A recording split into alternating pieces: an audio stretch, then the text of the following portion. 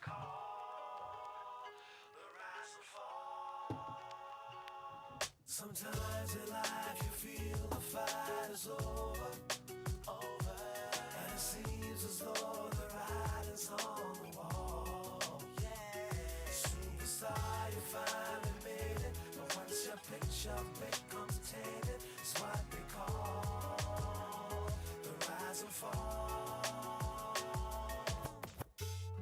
I always said that I was gonna make it, now it's plain for everyone to see. But this game I'm in don't take no prisoners, just casualties. I know that everything is gonna change, even the friends I knew before me go. But this dream is the life I've been searching for. Started believing that I was the greatest, my life was never gonna be the same. Cause with the money came a different status, that's when things changed. Now I'm too concerned with all the things I own, blinded by all the pretty girls I see. I'm beginning to lose my integrity. Sometimes in life you feel the fight is over, and it seems as though the writing's on the wall. Superstar, you finally made it, but once your picture becomes tainted, it's what they call the rise and fall. I never used to be a troublemaker, now I don't even wanna please the fans. No autographs, no interviews, no pictures, endless demands. Gave in the vices that were clearly wrong, the types that seem to make me feel so right. But some things you may find can take over your life. Burn all my bridges, now I've run out of places, and there's nowhere left for me to turn. Been caught in compromising situations I should have learned from all those times I didn't walk away when I knew that it was best to go. Is it too late to show you the shape of my heart? Sometimes in life you feel the fight is over, and it seems as though the writing's on the writing's on. Superstar, you finally made it, but once your picture becomes tainted, it's what they call the rise and fall. Now I know I made mistakes, think I don't care, but you don't realize what this means to me. So let me have just one more chance. I'm not the man I used to be. Sometimes in life you feel the fight is over, and it seems as though the writing's on the wall. Superstar, you finally made it, but once your picture becomes tainted, it's what they call the rise and fall.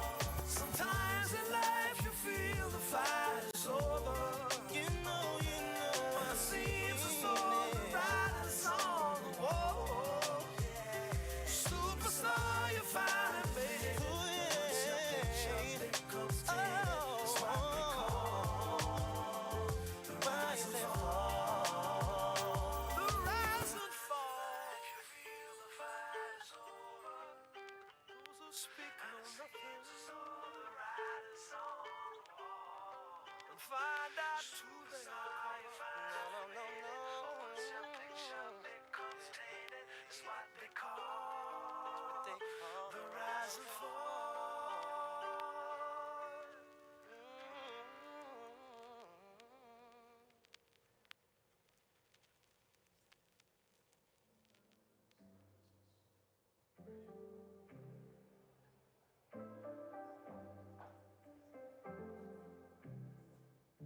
Call me up to meet you, static on the phone. Normally I need you, this time I don't wanna go. Lately I've been growing into someone you don't know. You had the chance to love her, but apparently you don't. No, you don't. So even if I could, would it go back where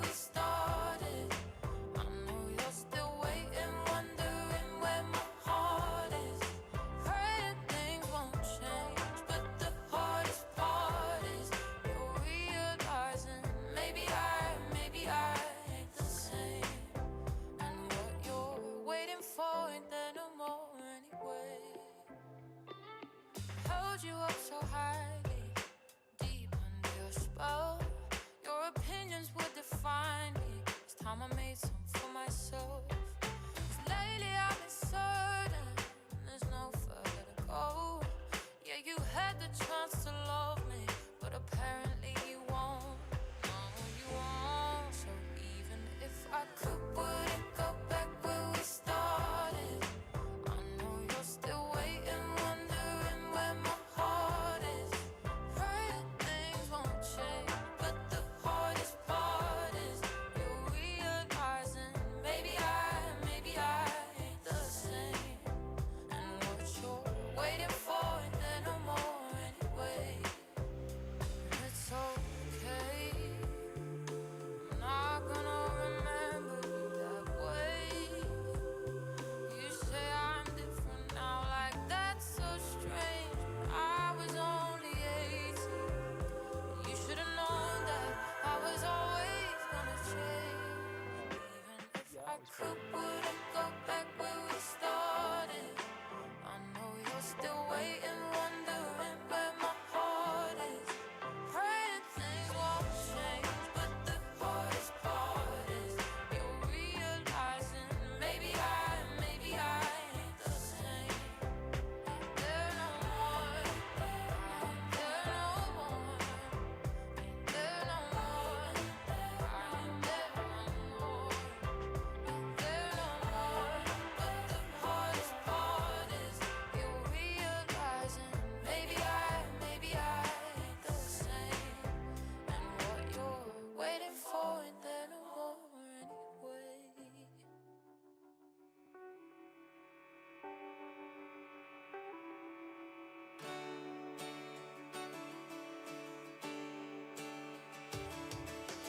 Over the sea and far away, she's waiting like an iceberg, waiting to change. But she's cold inside. She wants to be like the water.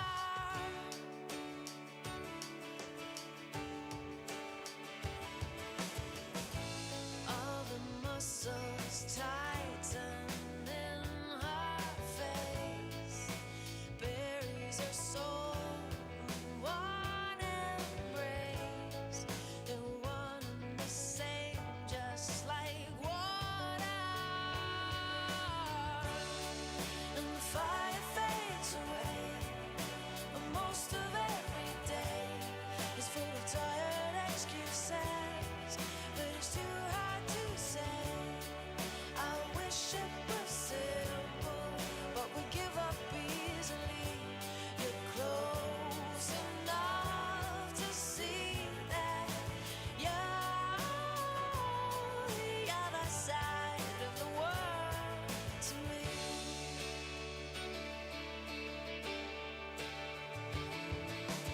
On comes the panic line, holding on with fingers and feelings alive.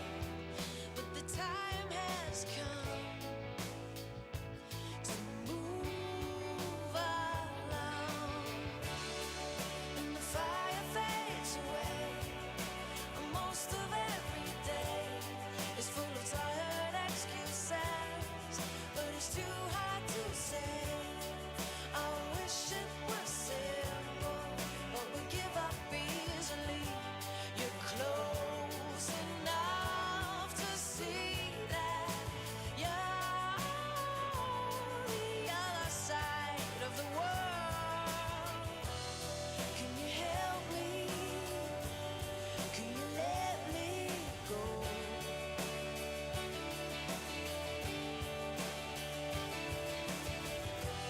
And can you still love me when you can't see me anymore? And the fire fades away. Most of every day is full of tired excuses, but it's too hard to say. I wish it were simple, but we give up easily. You're close enough to see that you're the other side of the world.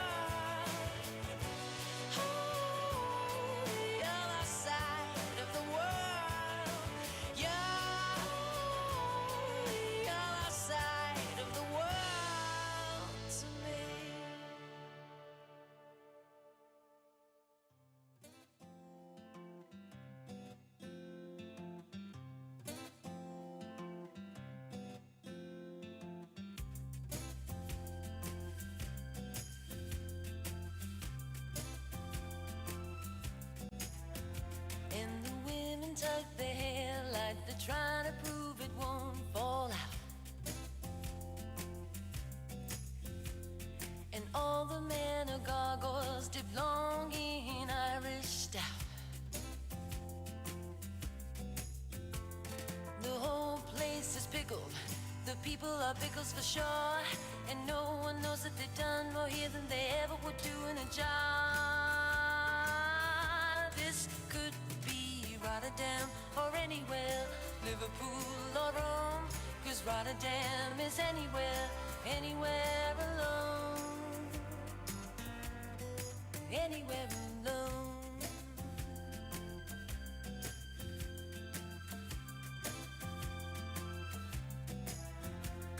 And everyone is blonde and everyone is beautiful. And when blonde and beautiful are multiple, they become so dull and dutiful. And when faced with dull and dutiful, they fire red warning flares, battle cocky personality with red underwear. This could be Rotterdam or anywhere, Liverpool or Rome, 'cause Rotterdam is anywhere, anywhere alone, anywhere alone.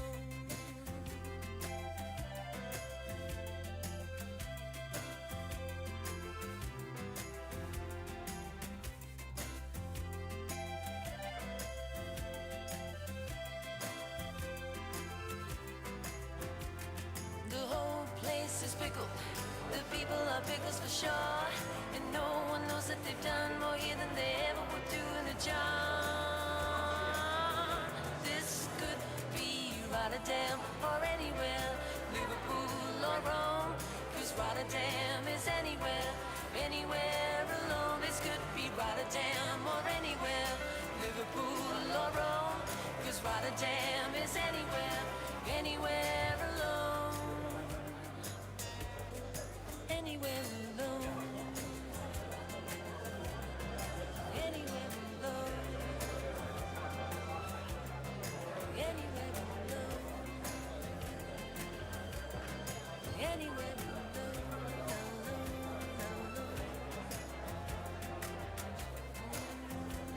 This could be Rotterdam.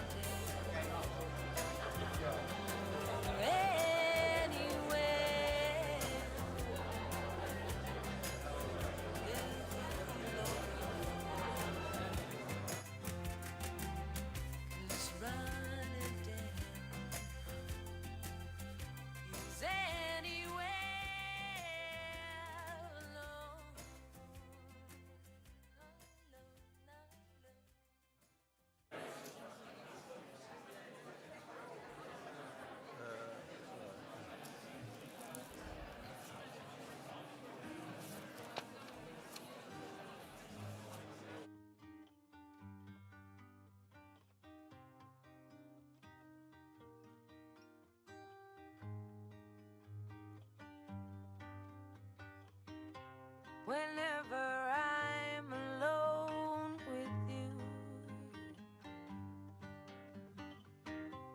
you make me feel like I am home again.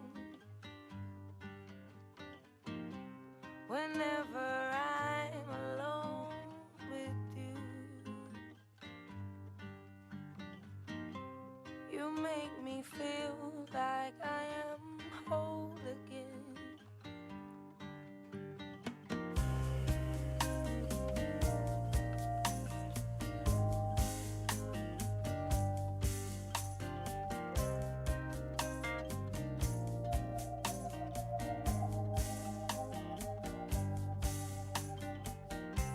Whenever I'm alone with you, you make me feel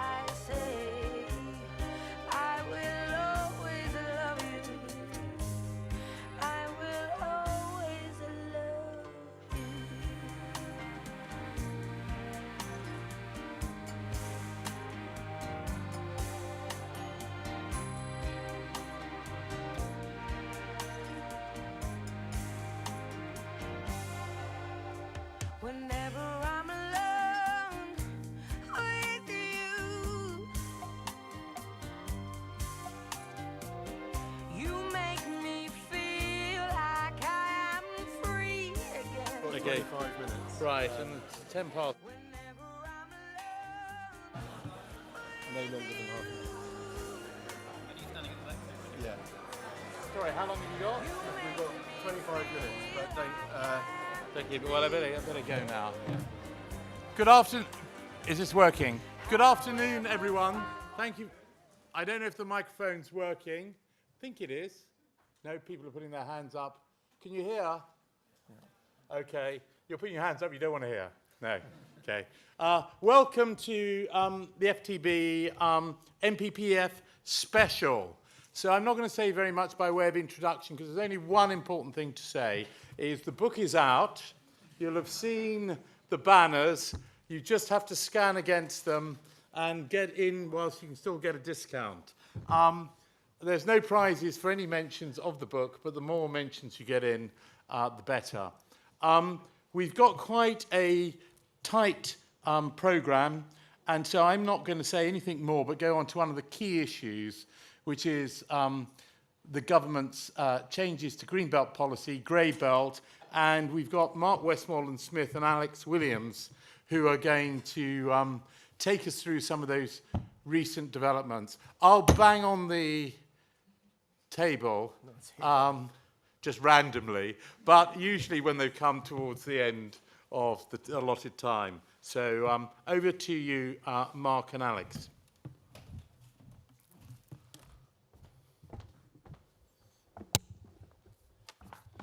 So thanks, Greg. Good afternoon. As Greg said, Alex and I have been tasked to look at Greenbelt, and I'll get a plug-in for the book straight away because Greenbelt is one of the chunkiest chapters of the book. It's a rich topic, and we could easily spend much more time than we have on it. So we've decided to focus on a single topic, and that's Grey Belt, and ask, where are we now, broadly, a year on? Now, I'm going to start with a very brief look at the political context behind the Grey Belt policies, and Alice is then going to take over in a minute or two and talk about the key provisions and the available routes to consent.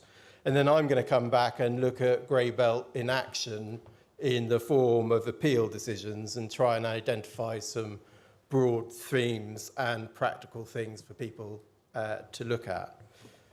So what is the political context? Well, prior to the election last year, Labour set out their proposed approach to housing in their April 2024 document that was called the Labour Party Housing Plan. And it was here that they made the commitment to building 1.5 million homes over this Parliament and introduced the concept of Grey Belt. I think it was envisaged then to be underperforming areas of the Green Belt, such as old car parks and disused sites. And the policy was designed really to distinguish Labour from the Conservatives by seeking to take a more strategic approach to Green Belt management. Broadly, the proposals set out in that housing plan found their way into both the manifesto and the King's speech. And the manifesto said explicitly that the Green Belts wasn't to be changed in terms of its purposes or extent, but the more strategic approach to Green Belt land designations was to be taken and to release homes in the right places. And reference was made to Grey Belt being lower quality land to be prioritised for development. So the King's speech was in July of last year, and almost immediately following that, we had the MPPF consultations leading to the changes made to the document in December last year, and that included the introduction of the Grey Belt policies. And then finally, sort of in February, we had the updates to the PPG. But the thing to remember as we look at the policies, or Alex looks at the policies, is all of it was driven from the start to be about the delivery of housing. So with that little introduction, I'm going to hand over to Alex.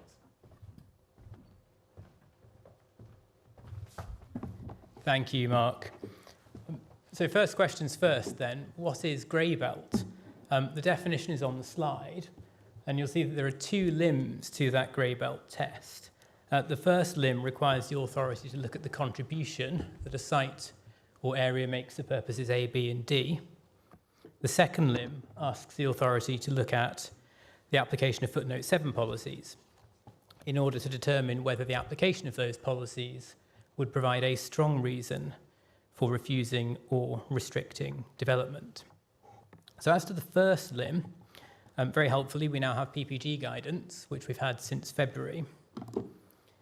And that PPG guidance gives typical indications of what you might expect to see on a site that makes a strong, moderate, or weak contribution to these purposes. So in relation to purpose A, which is about checking the unrestricted sprawl of large built-up areas, we're told by the PPG that a site that makes a strong contribution is likely to be free of existing development. There is likely to be very limited physical features nearby that could restrict or contain development. The site is likely to be adjacent to or near a large built-up area, and development on that site is likely to result in an incongruous pattern of development. And the example that's given is an extended finger of development into the greenbelt. In relation to purpose B, which is about preventing towns from merging into one another, we're told that a site or an area that makes a strong contribution to that purpose is likely to be entirely free of existing development and also to form a substantial part of a gap between the towns and also the kind of site where development would likely result in the loss of visual separation between the towns. As to purpose D, which concerns preserving the setting and special character of historic towns, the PPG says a strong contribution, again, is likely to be made by a site that's free of existing development, but also a site that forms part of the setting of the historic town or that makes a considerable contribution to the special character of it. Now, all of these purposes, A, B, and D, involve settlements that are not villages. The PPG is quite clear on that. So large built-up area, and then B and D deal with towns. There have already been some quite interesting PINS decisions grappling with that question. Is it a bird, is it a plane, is it a village? And those can make for quite interesting reading. As to limb 2 of the grey belt test, the footnote 7 policies are on the slide. Those footnote 7 policies obviously will be familiar to you. They've been applicable with reference to paragraph 11 of the NPPF for some time now.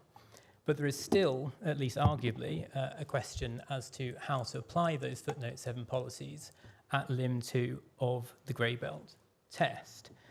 The words that limb 2 uses are that grey belt excludes land where there would be a strong reason for refusing or restricting development. And there is a live question as to whether the development in question is the particular proposal that's been put forward or whether it's development generally. And this issue will be dealt with by the High Court in a hearing next month, which I'm involved in. It's the Wrotham Parish Council case. That concerns a greenbelt site which is immediately in the setting of, on the edge of, a national landscape area. And the question that the court will have to grapple with next month is whether the inspector erred when applying footnote 7 policies with reference to the specific proposal or whether a more general approach was called for. So whenever that judgment is handed down, it again should make for interesting reading, and I would recommend that you keep an eye out for it. So if you're a developer seeking consent for development in the Greenbelt, what are your two routes through to consent? Well, as we know, new development in the Greenbelt is by default inappropriate. There are exceptions to that. The first route is set out at paragraph 154 I won't say too much about that because that's a familiar provision, having been in the NPPF, at least in substantially similar form for some time. The more interesting route and the new route, which is was introduced in December last year, is the grey belt route. Paragraph 155 tells us that homes, commercial and other development is not inappropriate in the green belt if the following 4 criteria are met. The first is that the development would utilise grey belt land and wouldn't fundamentally undermine the purposes of the remaining green belt across the local plan area. The second is that there's a demonstrable unmet need for the type of development proposed. The third is that the proposal is in a sustainable location. And the fourth is that where they apply, the golden rules are satisfied. The golden rules are significant.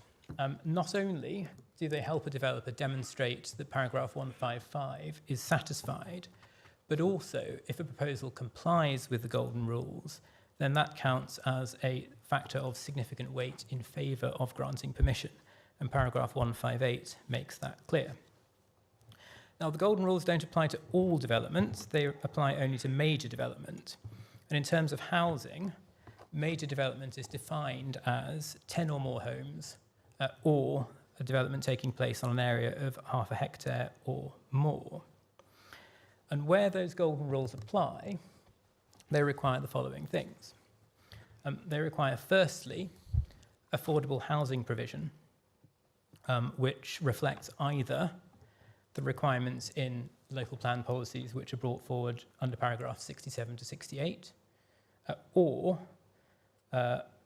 provision which satisfies the policy set out in paragraph 157. You'll also see from the slide that there are additional infrastructure and green space requirements as well.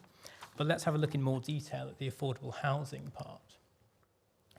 Paragraphs 67 to 68 apply to plan making. They require local planning authorities to set specific affordable housing requirements for greenbelt development. When those requirements are being set, they have to comply with 2 core requirements. The first is that those requirements have to be set at a higher level than would otherwise apply to non-greenbelt land. This is part of the trade-off that was inherent in the government's grey belt idea, that if development is to take place on grey belt land, that housing development needs to, there needs to be some sort of trade-off for it in the form of more extensive affordable housing requirements. And the second requirement is that the provision should require at least 50% housing to be affordable, unless that would make the development of those sites unviable. So there is a floor rather than a ceiling of 50% affordable housing subject to viability in paragraph 67 to 68. Now contrast that with the position that applies under paragraph 157 before these 67 to 68 policies come forward. Paragraph 157 requires affordable housing to be provided at 15 percentage points higher than the existing highest requirement, subject to a cap of 50%.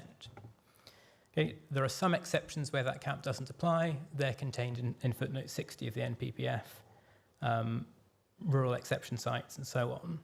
But the general point there is that there is a ceiling of 60% rather than a floor, 50% of affordable housing. Now, if you're a developer minded to bring forward major residential development in the Greenbelt, and if you're to take away anything from what I've said over the last 10 minutes, I would suggest that you take away this. This paragraph 157 position is clearly potentially more generous to you in terms of affordable housing provision than the requirements that will come forward under these paragraphs 67 to 68 policies. So I would suggest either getting in early, if that's what you're minded to do, or at the very least paying close attention to what the local planning authority is saying about its intentions for these affordable housing provisions. And with that, I will hand back over to Mark.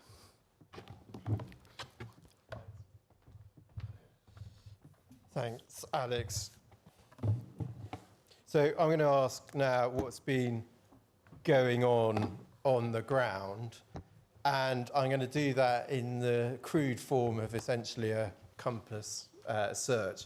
So we had a look at the end of last month where things lay, and using grey belt as the key word, undertook a search, and that showed that about 171 appeals have been determined dealing with grey belt matters.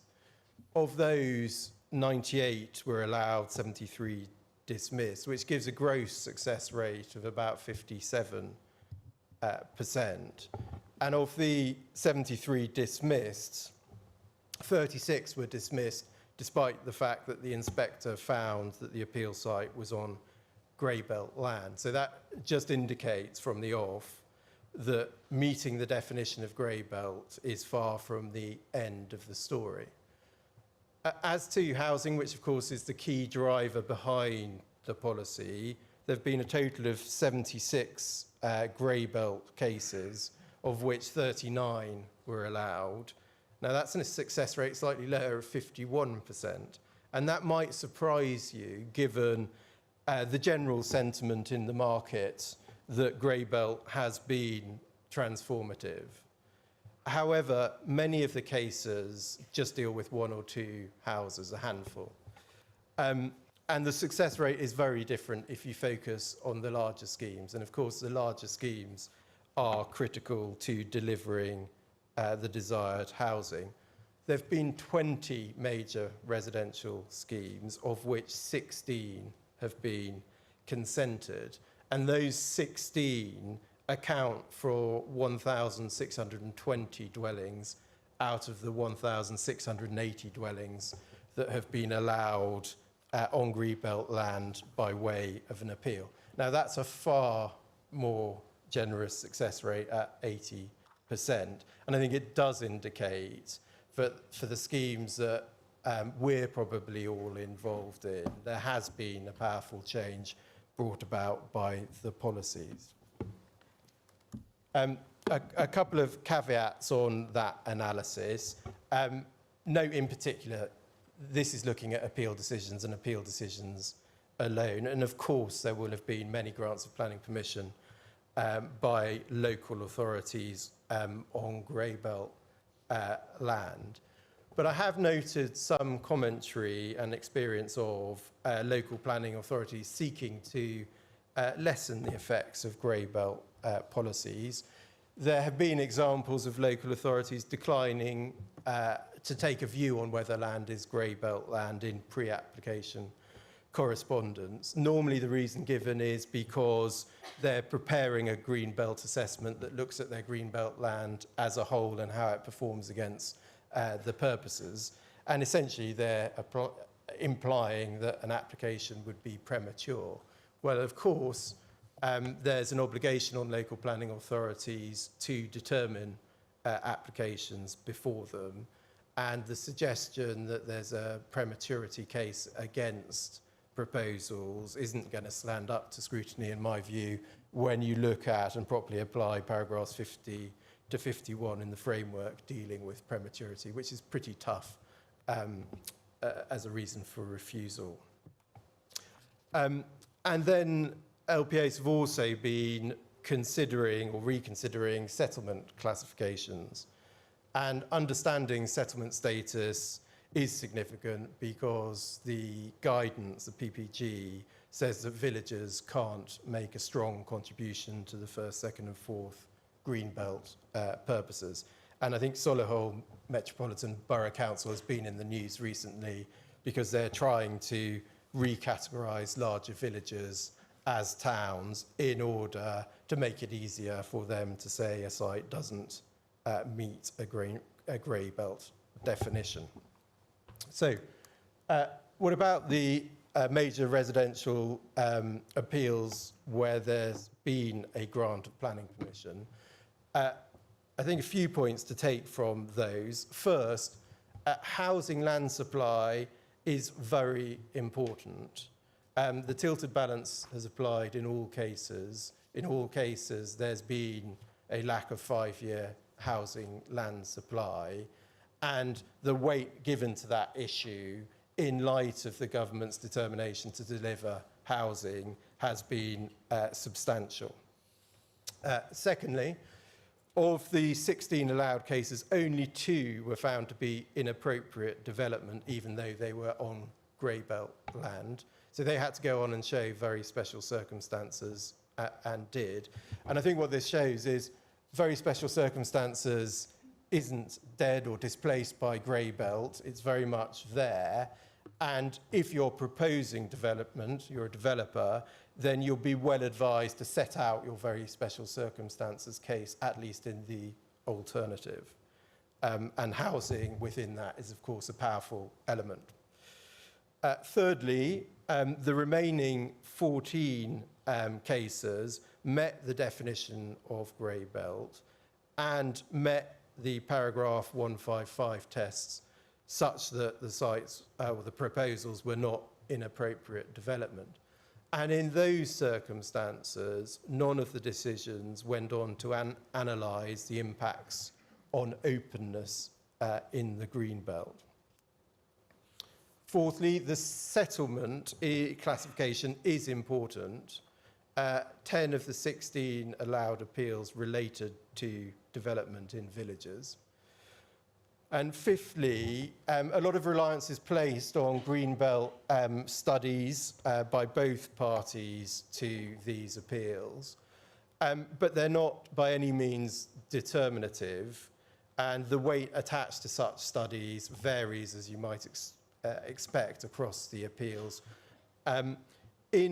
Although they have been utilised to inform findings in relation to the site's performance against greenbelt purposes and more generally greenbelt purposes across the area as a whole, the general theme is that inspectors have said, well, look, these are looking at slightly bigger areas than the appeal site, and you can't just write across results from a wider area to the appeal site itself.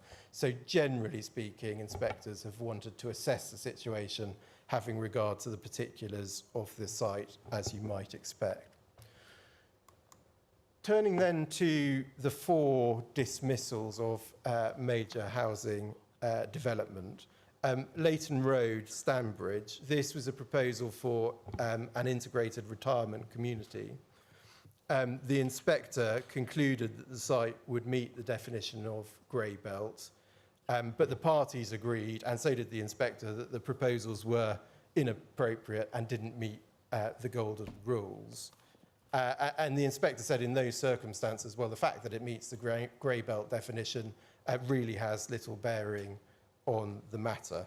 And that was rejected because of severe encroachment onto the countryside and significant harm to openness. Broome Lodge, this was a case that turned on heritage impacts. It was a site in the setting of a grade 1 listed building and 2 grade 2s, and so it failed against the footnote 7 test, and as such couldn't meet the definition of grey belt land. And although substantial weight was given to housing, there was very significant harm to heritage, such that very special circumstances were not made out. So I don't think there's a huge amount to draw out, save for one point I'll come to in drawing things together. Ashton Park Garden Centre, the inspector concluded again that the site met the definition of grey belt and went on to consider paragraph 155. The conclusion was under 155A, it wouldn't fundamentally undermine purposes of the remaining green belt. 155C, it was also found to be a sustainable location. But the problem for this site was the council did have a 5-year housing land supply, and in that context the conclusion was there was no unmet need, and so the scheme failed against paragraph 155B. Despite failing there, the inspector went on and looked at the golden rules under paragraph 156, and the scheme also failed on the golden rules because under the golden rules, as Alex has explained, for this particular site, there was a local plan requirement of 40%, plus a 15% uplift, capped at 50%. So a 50% requirement in this case, but they offered 4 out of 23 dwellings to be affordable. And the inspector referred to the PPG, which states that site-specific viability assessments shouldn't be undertaken or taken into account for the purpose of reducing developer contributions, including affordable housing, in the context of the Golden Rules.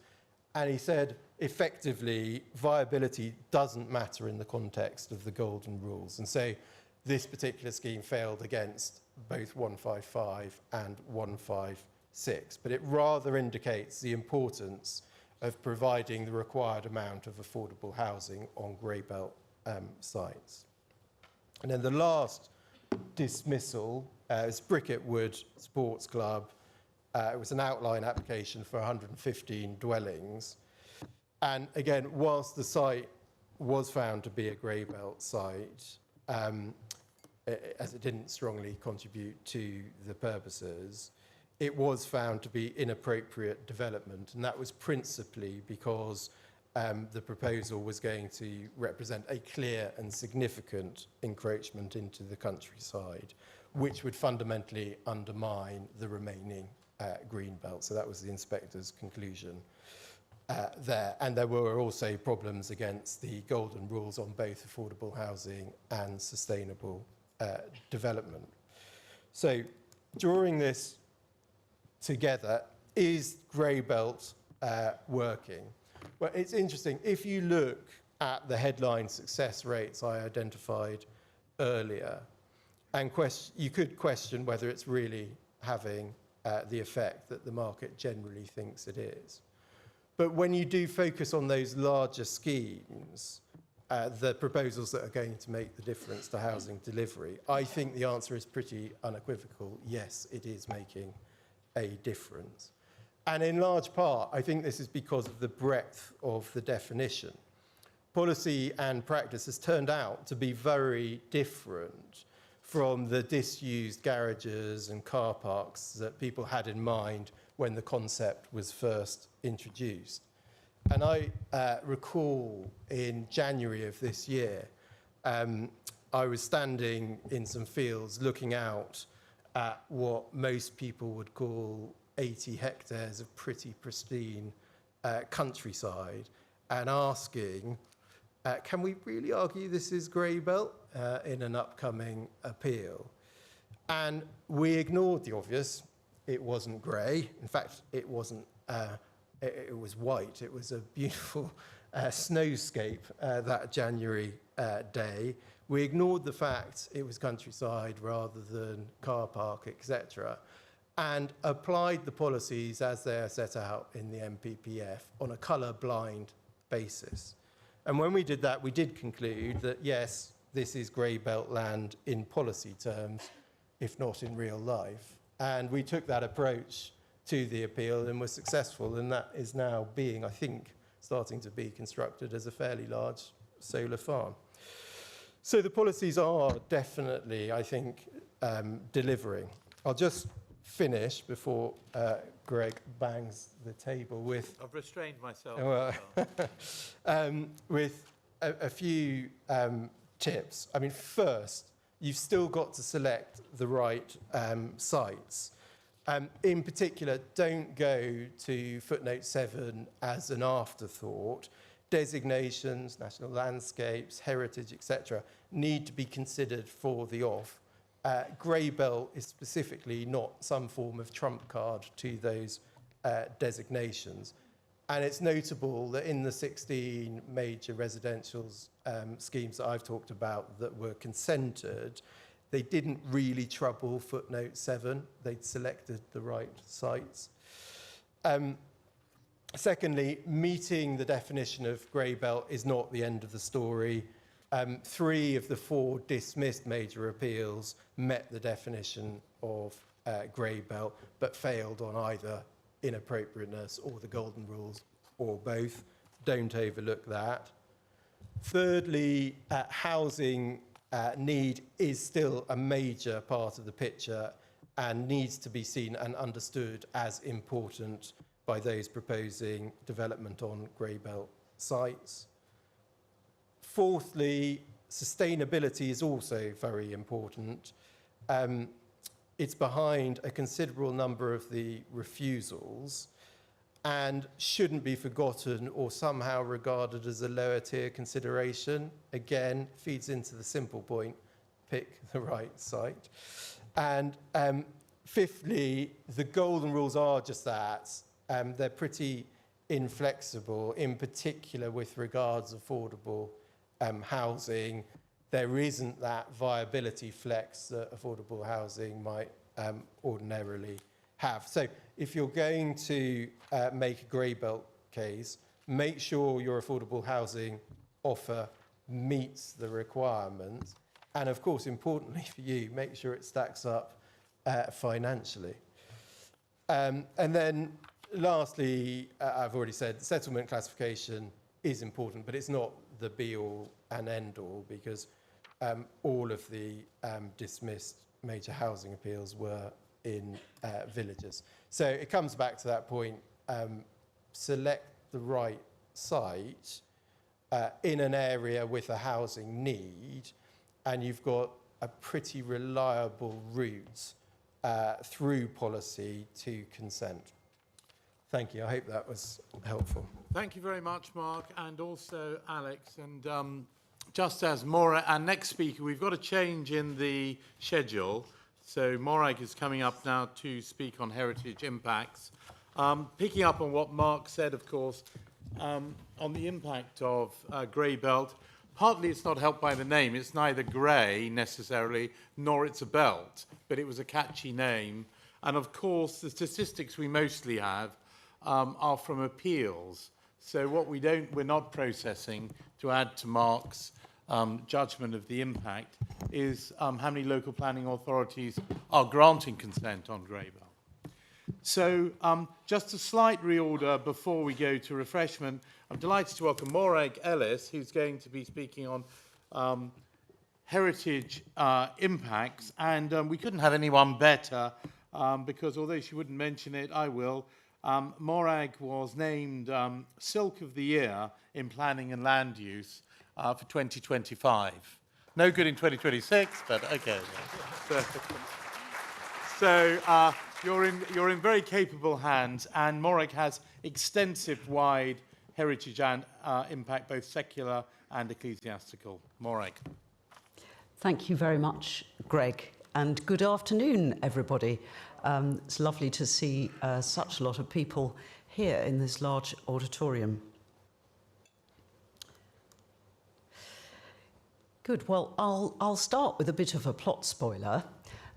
There's really not very much change to report between the old version of the NPPF and the new version of the NPPF on this particular topic. So anybody who wants a quiet doze now,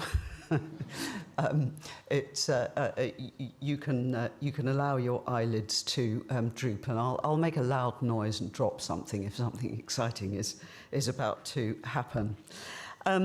We've got a change of chapter number, which I'll come back to later. We now need to go to chapter 15 for the heritage chapter, conserving and enhancing the historic environment. But there are references to this topic scattered around elsewhere in the framework, as there always were. In chapter 1, there is a new addition, a new reference on achieving sustainable development. And the new reference is to the United Nations 17 Global Goals for Sustainable Development. And I had a look at those global goals, which I confess I'd not looked at before. And there is one reference to built heritage in Goal 11, which reads, strengthen efforts to protect and safeguard the world's cultural and natural heritage. So the two things being bracketed there. Just digressing for a moment, as Greg said, I spend quite a bit of time thinking about heritage, not only in the secular planning system, but also in the church's system of control, called the faculty jurisdiction, and quite a bit of time thinking about church buildings policy generally. And just over a year ago, I went to Sibiu in Transylvania, which was very exciting. I didn't meet any vampires, but I did go there greenly by train and bus replacement service, just to make me feel at home, and had a really fascinating 3 days with representatives from all the EU countries, and we are still allowed to play in spite of Brexit. And last year, the topic for consideration was religious cultural heritage.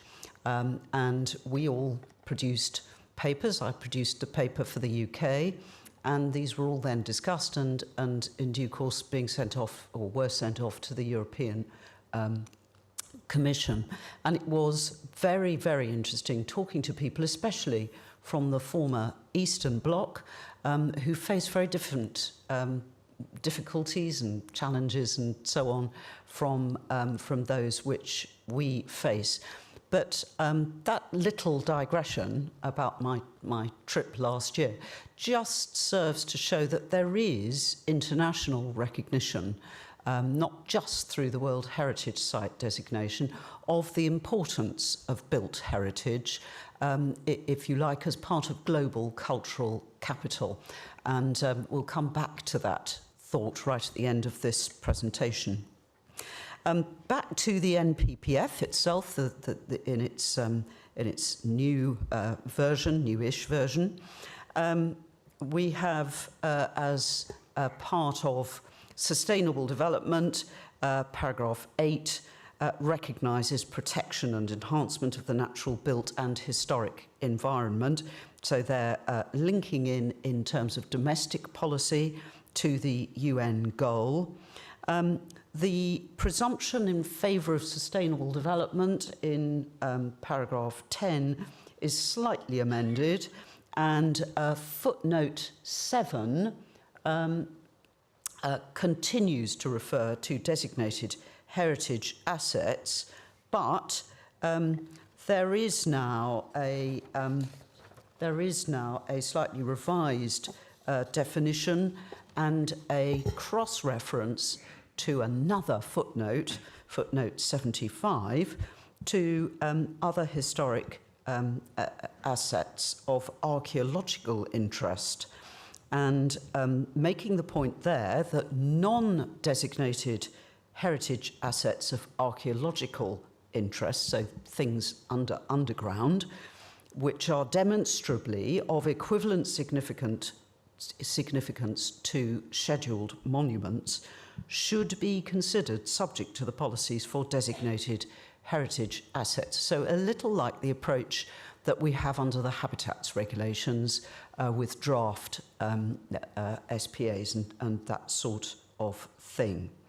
And a recent example of this in practice was in the called-in Chinese embassy planning application earlier this year, where we had a public inquiry. I was representing the London Borough of Tower Hamlets, and it was, in some respects, a very controversial inquiry, and it always was, and has become even more so recently, quite a political hot potato. But one thing on which everybody was agreed was that a non-designated series of archaeological remains underneath the Royal Mint were of equivalent status to what they would have been had they been designated as SAMs, and therefore everybody was applying policy in that context. The very interesting series of remains of a medieval monastery under the Royal Mint, the last such community to be established before the Reformation. They'd been badly affected by the 1980s above-ground redevelopment, though some archaeological work had been done in the 1980s. And as I say, therefore not a scheduled monument, but everybody agreed that, that they should be considered in a similar fashion. I don't know if anybody recognises him.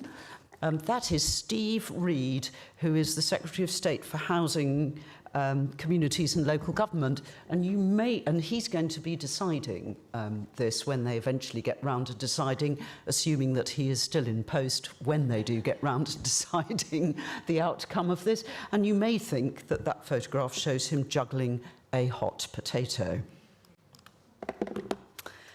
Moving fairly swiftly on, some more references just to pick up in chapter 1 before we get on to chapter 15. The reference there to optimal viable use, that concept continues and can be used to help bring forward development of isolated homes in the countryside.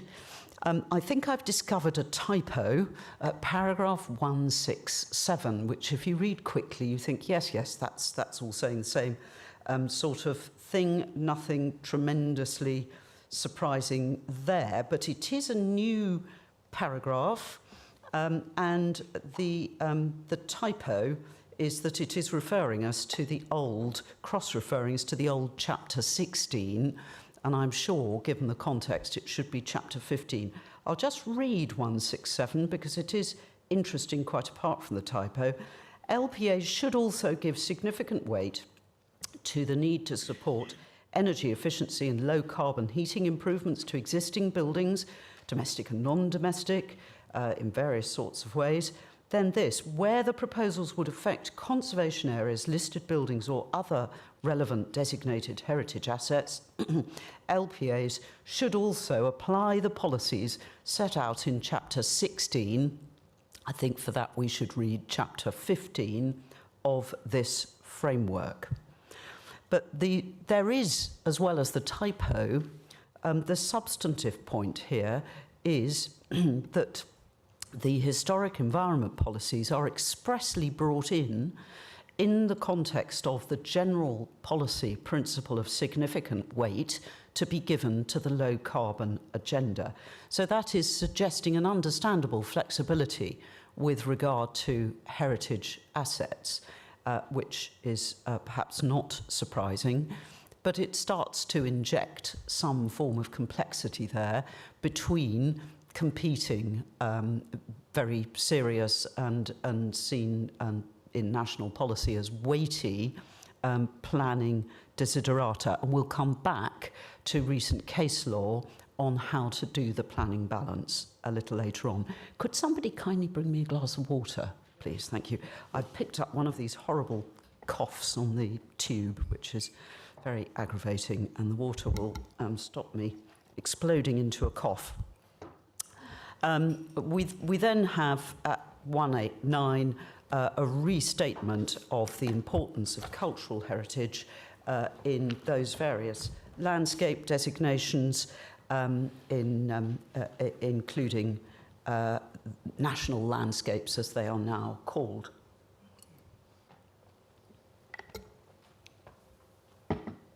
And then I'm just doing a little plug for another member of Chambers. We have a very good blog on the Protected Landscapes Duty by Armin. So do have a look at that and do keep up to date with our environmental law blog generally because it's very good. That is, I apologise if it's a slightly hazy picture. That's a picture of a rather extraordinary Victorian building in the Greater Birmingham Greenbelt outside Droitwich, and it's called Chateau Impney, and it has rather an interesting history because a salt mine owner in Droitwich, self-made man, married a rather smart French lady and brought her to Droitwich, where she was not very happy. And so he said, "Don't worry about that, darling. I'll build you a beautiful chateau." And so he did. And it's now become a bit of a difficulty, a little bit of a white elephant. It's been through all sorts of different uses, land uses. It's acquired all sorts of rather ugly additions and so on.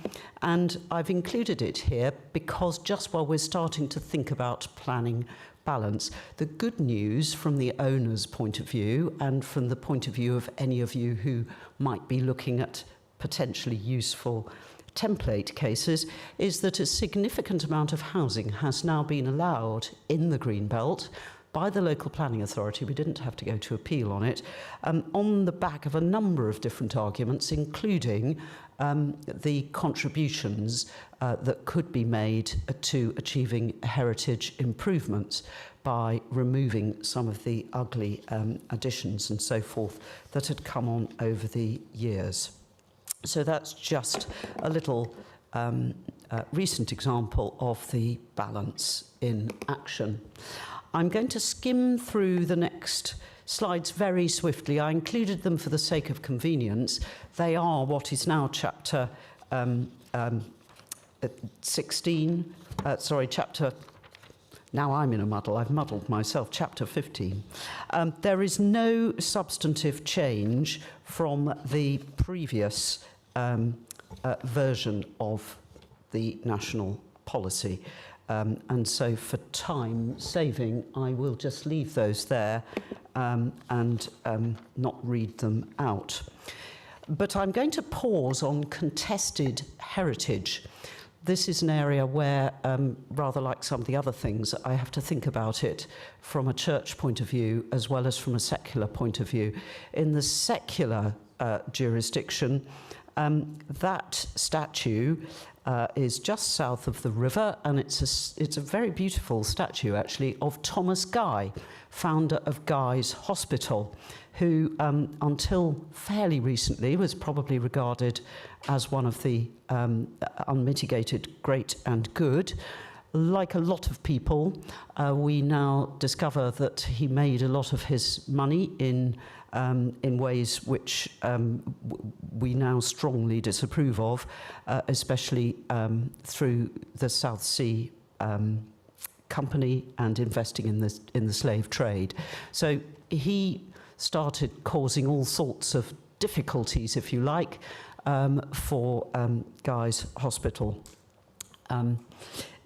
I was asked to advise about this a few years ago, and I can talk a little about it because the clients decided to go public with the advice.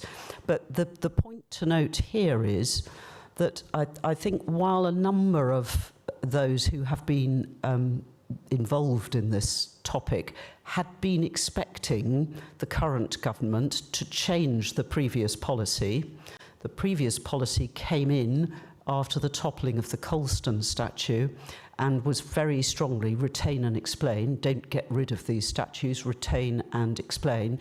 I think a number of us had expected the current government, when it got round to policy making, to change that policy, but it has not.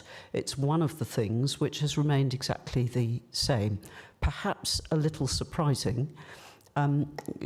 Whether or not such cases would now be decided in the same way if called in under the call-in provisions, which were also expanded by the previous government, remains to be seen because we've not had any cases on it yet. But I just thought I would mention that as a perhaps surprising continuation of policy. Then I can take the next slides also very quickly because I've included them for convenience, but there is no change. The familiar substantial, less than substantial, the graduated policy approach relative to the designation and the quality of the assets involved and the degree of harm to significance. and we run through right down to non-designated heritage assets where we have a simple policy of weighting.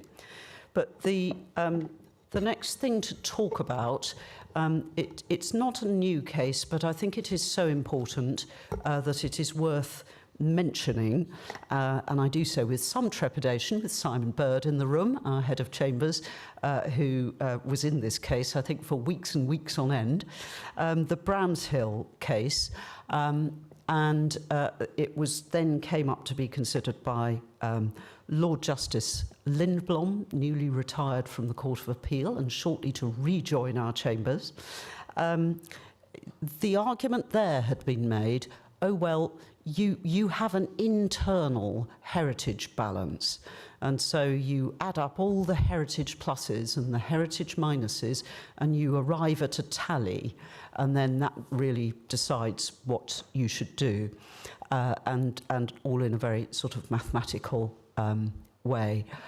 Several years previously, I'd come across the concept of something that an expert witness referred to as pentiles, which you were supposed to judge, count up, and then weigh one against another in a very mathematical way. And again, Secretary of State rejected that idea.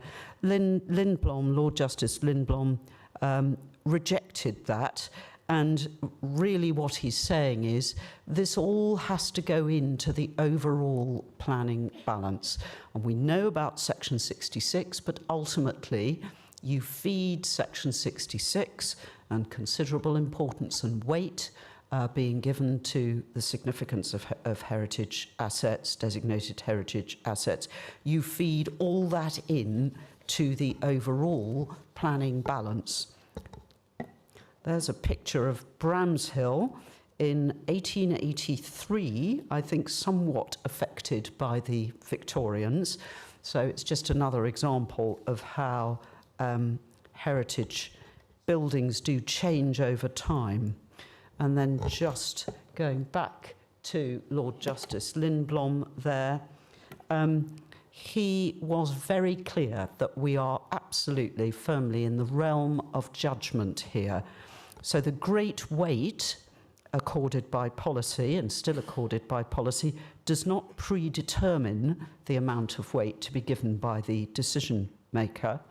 Endorsed the concept of considerable importance and weight, which came from the Court of Appeal in Barnwell Manor originally and endorsed by other courts since, and said there is no specified approach in the framework or in the law to the substantial and less than substantial harm. We are absolutely in the realm of planning judgment. Now, just winding back to what I was saying about that new paragraph where it's talking about the importance of heritage, even in the context of the importance of low carbon transition, it seems to me that we have to read the sort of juggle between those two concepts, the policy juggle that we've got in that paragraph.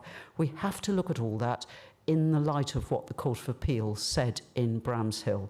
In other words, there is freedom for the decision maker to attribute weight, clearly in accordance with doing something rational on the evidence. Can't simply just make it up and pluck it out of the air. But we are in the realm of planning judgment. And so it's for them to decide where the balance lies between, for example, transition to net zero and any harm that there might be to heritage buildings. Then the last case to mention here, I've called it Stop Press. This is the closing chapter in the Stonehenge litigation. You may or may not have been following this, but this has been through inquiry and hearing and secretaries of state and redeterminations and all sorts of twists and turns. And earlier this year, right at the beginning of this year, the Supreme Court said, no, this is the end of the line, and they did not grant permission to the challengers to appeal against the minister's redetermination. The government have decided not to go ahead with it, as it happens, but that doesn't affect the legal principles. And headline points here, the Supreme Court have therefore endorsed that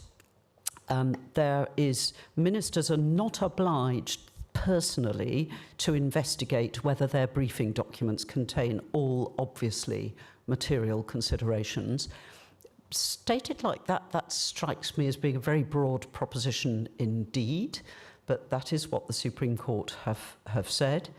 And then perhaps more conventionally, the World Heritage Sites Convention, which I mentioned earlier on, does not impose an absolute prohibition on harm to a World Heritage Site. And then a couple of other points.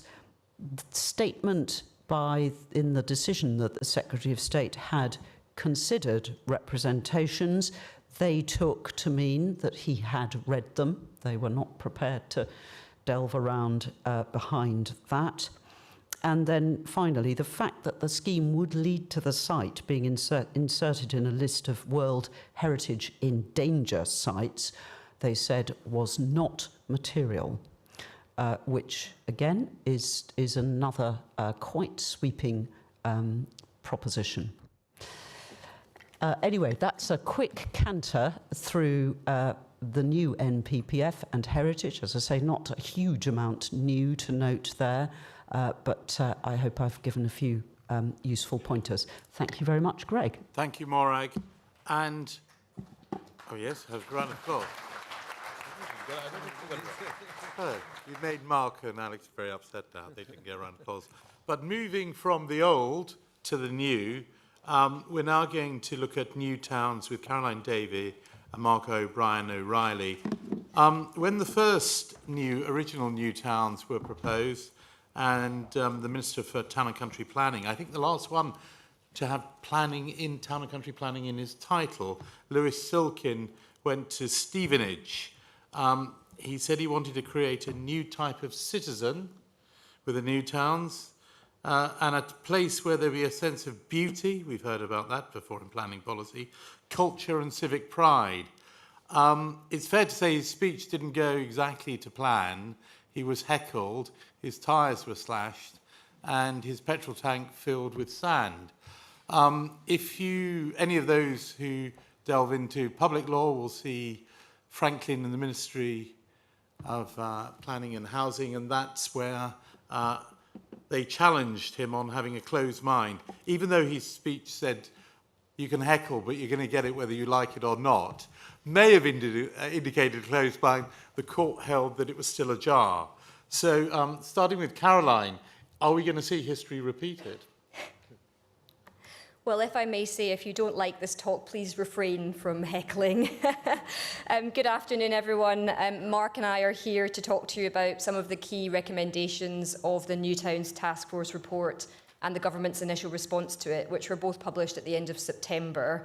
Before we do that, it feels appropriate to first apologise, and second, to attempt to justify our presence at this afternoon's event. First, the apology for those of you, perhaps all of you, who signed up to this event on the basis of its focus on the NPPF. I have to confess that our talk isn't actually about the NPPF at all. Of course, the current NPPF says not a thing about new towns. That's hardly surprising in a context in which no new towns have been designated in the last 55 years, I believe. Next, my attempt to justify our presence. Well, we note that the government response to the task force report explains that it intends to consult on revised national planning policies later this year, which will include considering how best to support the development of new towns in planning policy. So we may well see new towns feature strongly in the NPPF of the future.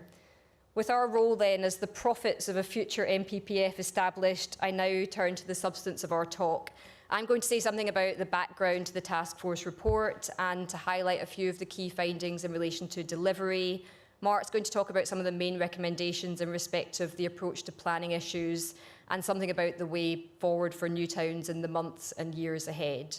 So, as will be well known to everyone in this room, the delivery of housing is a central plank of the Labour government's mission, and as part of that mission last summer it set up the New Towns Task Force chaired by Sir Michael Lyons, which was given the job of reporting on locations for new towns within 12 months of September 2024. The government policy statement on new towns from July 2024, which you'll see on the screen, set the parameters for the consideration of new towns. It expressed a commitment to bringing forward the next generation of new towns with the expectation that each one would contain at least 10,000 homes, make a significant contribution to housing and support economic growth, and notably, unlike the new towns of the past, wouldn't necessarily be a self-contained development on greenfield land, but could instead be an urban extension or an urban regeneration scheme. So new towns in old towns, so to speak. We had an interim update from the task force in February of this year. They stated that they expected to produce a list of recommended new town locations on time, along with wider recommendations about funding and delivery.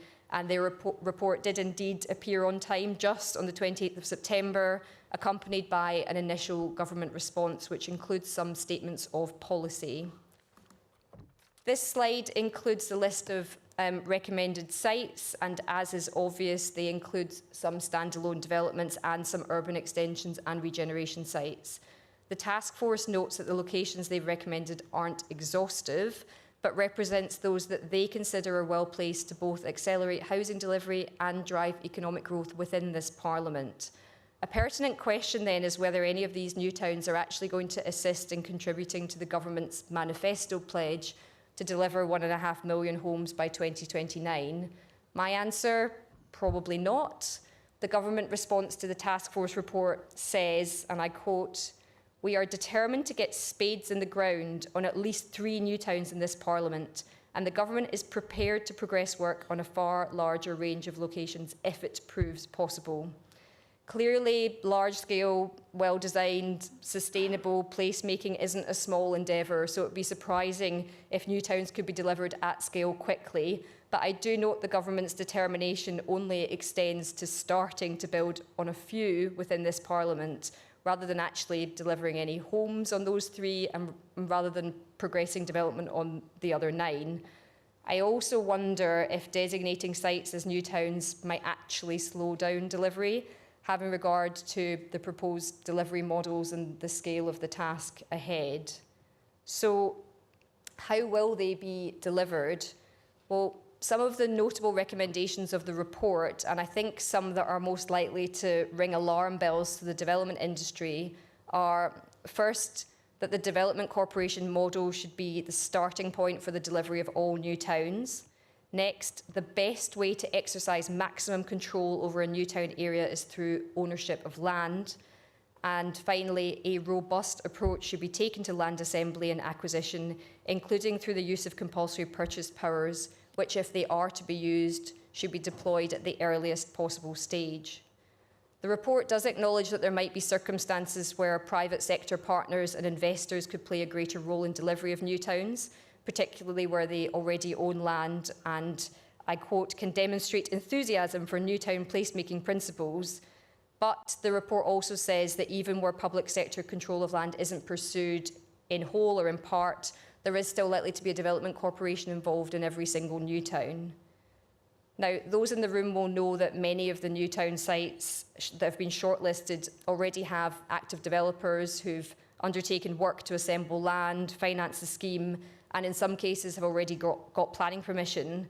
And there seems to me to be a tension in the report between enthusiastically promoting total public sector control over land and recognising the benefits of public-private partnership and leaving land in the ownership of existing landowners and developers. And for those developers currently pursuing or promoting development within prospective new towns, I think this tension gives rise to uncertainty over their future involvement in the schemes. In circumstances in which a development corporation is intended to be included as a delivery model in one form or another in every new town, I think developers currently promoting new towns would be right to be somewhat concerned about the task force report's approach to land assembly and the prospect that their land might be compulsorily acquired at some point in the future. I think it's also notable in the context of compulsory acquisition that the government's initial response to the report includes a policy on land acquisition that sets an expectation that delivery bodies will use the new power introduced by the Levelling Up and Regeneration Act to compulsorily acquire new town land with a direction removing hope value compensation where affordable housing is to be provided. Now, for the non-CPO specialists in the room, in very basic terms, this means that the government is setting an expectation that development corporations will seek to deploy an approach to land compensation, which I pause to say is untested in either a CPO inquiry or in the court so far, that restricts a dispossessed landowner to receiving value of land that doesn't take into account any hope or the prospect of any value-generating development on the land. Two reflections on the government's approach to the use of such powers for new towns. It seems to me that there's a tension between seeking to pursue directions removing hope value and the task force recommendation that if compulsory acquisition is to be pursued, it should be done at the earliest possible stage. Because in order to pursue a hope value direction, you need to be delivering affordable housing on that new town land, and you'd need to have a scheme you'd need to have a scheme progressed at least to some extent in order to know that you're going to be delivering affordable housing. And what's more, in order to try and justify such a direction, you'd need to be explaining the economics of the scheme, so you'd need to have done some work on that. And you'd also need to understand the compensation burden on the acquiring authority, both with and without the hope value direction. So the idea that you could do this quickly seems to me to be not very practical.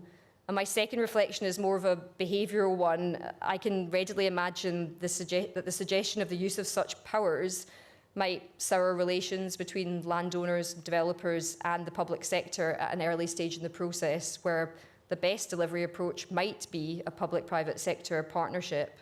The threat of such a direction may well put developers off spending time and money pursuing a scheme. So I think there's some material concerns that arise from the approach that's taken to land acquisition in the task force report, and I think more significantly the government response. Moving away then from land acquisition, another significant potential power for development corporations is planning power. Their potential powers could extend to the allocation of land for development, preparing and adopting master plans, setting design codes, and determining planning applications independently of local authorities. And in fact, the task force recommends that where a development corporation is involved, they should become the local planning authority for the new town area. I think that a few issues arise from this. The first being for developers who are currently promoting or have been involved for a number of years in sites that are proposed to form part of the new town's agenda, the local planning authority that you may have been dealing with for months or years is potentially not going to be the body determining your planning application, and the development corporation will evidently have different personalities and may well have different priorities from the local planning authority. And then secondly, there's a question about time. If there's an expectation that development corporations are going to allocate land, develop and adopt master plans, set a design code, and do all these things before new town development can actually come forward, it seems to me that we might be waiting some considerable time before we see any actual delivery. And then just a final point from me, and that is, well, what about the position of local authorities more generally in the delivery of new towns? What role are they going to have? Well, that's rather unclear at present. At very least, the task force report expects that they'll have a representative on the governing body of any new development corporation. But beyond that, they might actually have limited influence or involvement. And one can see that this might give rise to issues in respect of the local community's buy-in or support for the development of a new town. So that concludes my section on delivery. I'm going to hand over to Mark now just to talk through some of the planning implications.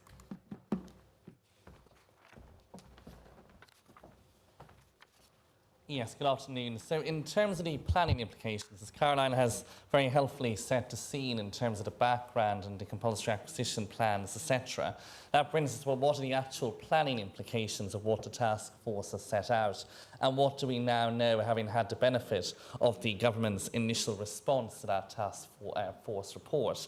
The first point is that the planning system comes in for quite a lot of criticism within the task force report. It refers to, for example, the research undertaken by the CMA that says 60% of houses that are delivered today are speculative applications that have come forward, and says that the planning system at the moment is constraining the ability, for example, for strategic planning to ensure that the housing and schemes that come forward are part of an overall strategic master plan for delivery. It also highlights the time. These are all items or factors which will be well known to all of you working within the industry, but it highlights the time taken for applications to be determined, and it also highlights the unpredictability at times of the planning system. All of that, it says, are barriers to the implementation and the ability of the government to secure the delivery of new towns. So part of its recommendations, as you can see on the slide, is that the identified weaknesses as the task force sees those issues in the planning system need to be tackled, they say, A, to ensure quicker delivery, and also B, to ensure there's a greater return on public investment, recognising the large sums of public money that will be spent in delivery. And it also says, quite rightly, of course, that the planning system is going to be key to the ability to underlock and to realise many of the objectives which this plan and aim sets out to achieve. In terms of how new towns might be consented and delivery, there's a range of recommendations which are set out within the task force report, and the key, what we can see from those recommendations and from the body of the report, is that a key aim for the task force is to ensure that the reliance on speculative applications coming forward is reduced, and they see a number of ways in which new towns can be consented and delivered. And Caroline has already highlighted the fact that their preferred approach in terms of a model for delivery will be development corporations. But in terms of the specific mechanisms, we see, for example, recommendations about refinement of development orders. We also see recommendations that local plans could be adopted by new town delivery bodies to set out policies that will apply within the local or the new town area, including ambitious, what they call ambitious placemaking principles. We also see a recommendation of refining supplementary plans, and again saying that what new town delivery bodies can do is to prepare supplementary plans to deliver targeted policies in specific quarters or else across smaller new towns. There's also a recommendation to refine development orders and also the interface of development contributions secured by Section 106 agreements. We also see a recommendation in terms of mechanisms for delivery that they could include local or mayoral or special development orders, as well as bespoke planning frameworks depending on the specific context. The task force has also recommended that outline applications could be approved at an early stage, either on land owned by developers or else land already owned by the delivery body. And as part of that, it sees the approval of outline applications as a way to set, as it were, the scene for delivery. In terms of the specific planning powers to be exercised by development corporations, the task force recognises that what powers will be required will differ depending on the particular context of that site. For example, are there any single dominant landowners already in existence in the locality? Is it a case that there are some existing planning permissions? So in terms of the specific powers that are going to be afforded to these bodies, much, as you will see from this talk, much remains to be seen. But that's one particular area where very much we have to wait and see what sites are allocated, what sites are going to be taken forward, and what the specific context is locally to establish what planning powers will be available. They've also recognised, for example, that in addition to the preference for the model to be a development corporation-led system, that there may be certain circumstances, depending on the local factual matrix, in which private sector partners and investors may play a greater role. So if, for example, they already own land and can demonstrate in the task force words enthusiasm for the new town's placemaking principles. So again, all of this is going to remain to be seen in the individual and local context. In terms of the other planning implications, and it should be recognised that a significant thread of the task force report is given over to the importance that they see new towns in playing in terms of delivery of housing, both market housing, but in addition affordable housing, as well as infrastructure. So as you can recognise or appreciate, there's a key emphasis on the ability of new towns to contribute towards meeting housing need shortfall. So in terms of what aims and planning aims we see set out by the task force, those include delivery of significant volumes of homes at both social and affordable rents. But of course, in terms of what local authorities and also what developers will be thinking about is what is the interaction likely to be between new towns and also local housing need targets. And as we've hinted at, that again remains an area in which more clarity is needed and is likely to come in the coming months. But what the task force has said is that the government needs to be clear on what precisely it proposes to do to manage that interaction. And yesterday afternoon, for those of you who follow parliamentary procedures and committee proceedings in great detail, I'm sure you don't need me to tell you that the Secretary of State appeared yesterday to give an update on matters relevant to his department. And what our new Secretary of State had to say was that although no decisions had been made yet as to what the interaction will be between new towns and local housing need targets, the government recognises the need for a consistent and fair approach to that issue, but as of yet, still lack of clarity about how precisely that will work in practice. There's also been a recommendation by the task force that the government could consider facilitating the interim approval of applications even before new town local plans are in place.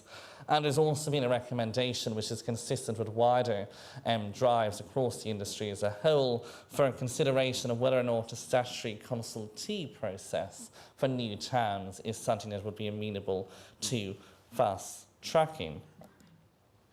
So that begs the question, what about developers who happen to have sites within perhaps an area that's likely to be a new town or is close by to a particular area of land is likely to come forward as a new town? What are the particular considerations at the moment the developers need to be thinking about in response to the government's response and also the initial task force? And the first point is, again, picking up on that persistent theme of uncertainty. The task force recognises that even at the moment, starting with the broad 12 areas that have been identified, that even within that level of detail at a much more micro stage, the exact boundaries of each of those new towns are likely to depend on further work that has yet to be undertaken. So all of that gives rise to a concern on behalf of developers as to what one ought to be doing or thinking about at the moment if there are sites which are located close by to these potential new towns. And of course, the task force also recognises that it is inevitable that in publishing those recommended locations, it is likely that land values will rise and also that option agreements may be triggered. What the task force has said is that its recommendation is that the government pursue an interim planning policy to protect locations which would allow the calling and refusal of applications for development which may compromise or block the opportunity for comprehensive planning as a result of speculation. It is also recommended that the government consider measures to deter applications and also to use statutory safeguarding directions to protect the areas of the new towns. As you will be aware, no doubt, statutory safeguarding directions are very legally robust too, and they would be a way to protect sites and development that could block new town proposals. Of course, on the other side, taking a step back and looking at this at a more holistic way. I mean, it is clear that a lot of work still has yet to be undertaken. And in terms of next steps, I'll talk about strategic environmental assessments in a moment in terms of how this is going to play out over the next number of months and years. But it does beg to question whether it's really fair for a policy like that to operate in circumstances in which no firm commitment has been made, in which developers and local authorities or the government can't be entirely sure at the moment, or at the time at which those policies are being put into place, that this location is actually going to come forward as a new town. That, for example, the SEA won't give rise to some reason why that's not a location that ought to be taken forward. Yet the task force seems to be imagining a situation at which, even at a stage at which the plans are quite incoherent, to use a word which will be familiar to you all from environmental assessment language, is it really fair at that stage for these policies to be implemented and to, in a way, prevent applications from being approved on the basis of a potential impact on a potential new town location? So all of that is clear that there's going to have to be a lot of consideration given to exactly how all of this is going to work, recognising on the one hand the need to ensure the speculative applications don't undermine the clear commitment by government to delivering these new towns, but also on the other hand recognising the interplay between the interests of developers and also the interests of wider society and housing continuing to come forward. In terms of challenges, which are again ones the government is going to have to get to grips with, the first is that question, having considered the planning policies and planning powers available to those who will find themselves in the task of delivering new towns, is there actually a need for a new statutory planning framework for new towns? That's something that's going to have to be considered in response to the task force report. But there's also a need to consider whether or not infrastructure failings can be addressed. So, for example, the need for new energy infrastructure, transport infrastructure, and water infrastructure to really allow the unlocking, as it were, of these locations. And the task force is quite clear, and it follows as a matter of common sense, that infrastructure delivery and constraints may be a major roadblock or a major constraint on the ability to deliver new towns in due course. In terms of next steps and what we can expect to see over the coming months and indeed likely to be years ahead, the first point to note is that at the moment the government has published its initial response, and that was published on the 28th of September this year, and we expect a fuller response to come forward from government in spring 2026. We know, as I said a moment ago, the strategic environmental assessment process that has already begun, that is underway, and really that is going to be a key part of the decision-making process for what will be the final decisions on what locations are going to be taken forward. The draft proposals in the final SEA are likely to be published for consultation in early 2026, with, after those have been published, a full response from government and confirmed locations coming forward in spring. But we do know, and as Caroline has hinted at earlier, the government agrees with the task force that the preferred delivery model is that of development corporations. So, taking a step back from all of those next steps in terms of what the immediate considerations need to be for local authorities, for instance, for developers, etc., whilst we are still in a world of so much uncertainty, the task force has said that for the moment local planning authorities should continue with plan making and continue to determine applications, but that pending any final decisions on locations, consideration needs to be given to the potential impacts of permitting other development on delivery. And again, that brings us back to the point I made a number of moments ago about the fairness of such an approach in circumstances in which at the moment there's quite a degree of uncertainty. The government also has said that in response to the proposal as for a new interim planning policy, well, that the Secretary of State already has calling powers, which could be exercised in appropriate circumstances. The government has also said the spatial planning frameworks will be established following the environmental assessments and consultations, and that revised policies will be consulted on as part of the changes to the NPPF due in late 2025. Both the Secretary of State and the Permanent Secretary to the Department said at the committee in Parliament yesterday that the new policies in the NPPF are likely to come out before Christmas. It is mid-November, so again we'll wait to see if it's going to be quite a late Christmas present like it was last year, but that may highlight some of the ways in which these issues are going to be addressed. The government is also committed to what it said will be a fair approach to the interaction between delivery of new towns and local housing need targets. In terms of other reading material, as it were, for picking up on what the task force has said and how that has been picked up and welcomed, there's also a very useful response in the House of Lords Built Environment Committee in early October, and of course, as you might expect across industry, it has been welcomed by bodies as the National Housing Federation. So that is new towns. Thank you very much, Mark. And we'll see how it pans out. Who's going to build them is a question we don't need to address. We're now going to come to the refreshment break.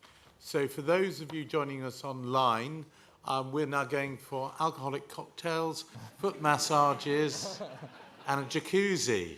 So you're divided into 3 groups. So do your equivalent, and we will be coming back at 4 o'clock with Michael Feeney and flood risk. We have at the end at 5:15 a Q&A session, and I've got some questions, so hopefully store up your questions, and we will have representatives from the speakers. So the cocktails, I can hear the ice cubes clinking. If you can make your way through, and we'll be back at 4 o'clock. Thank you very much. Mark and Caroline, you stay in the Q&A. What will be, will be. I wanna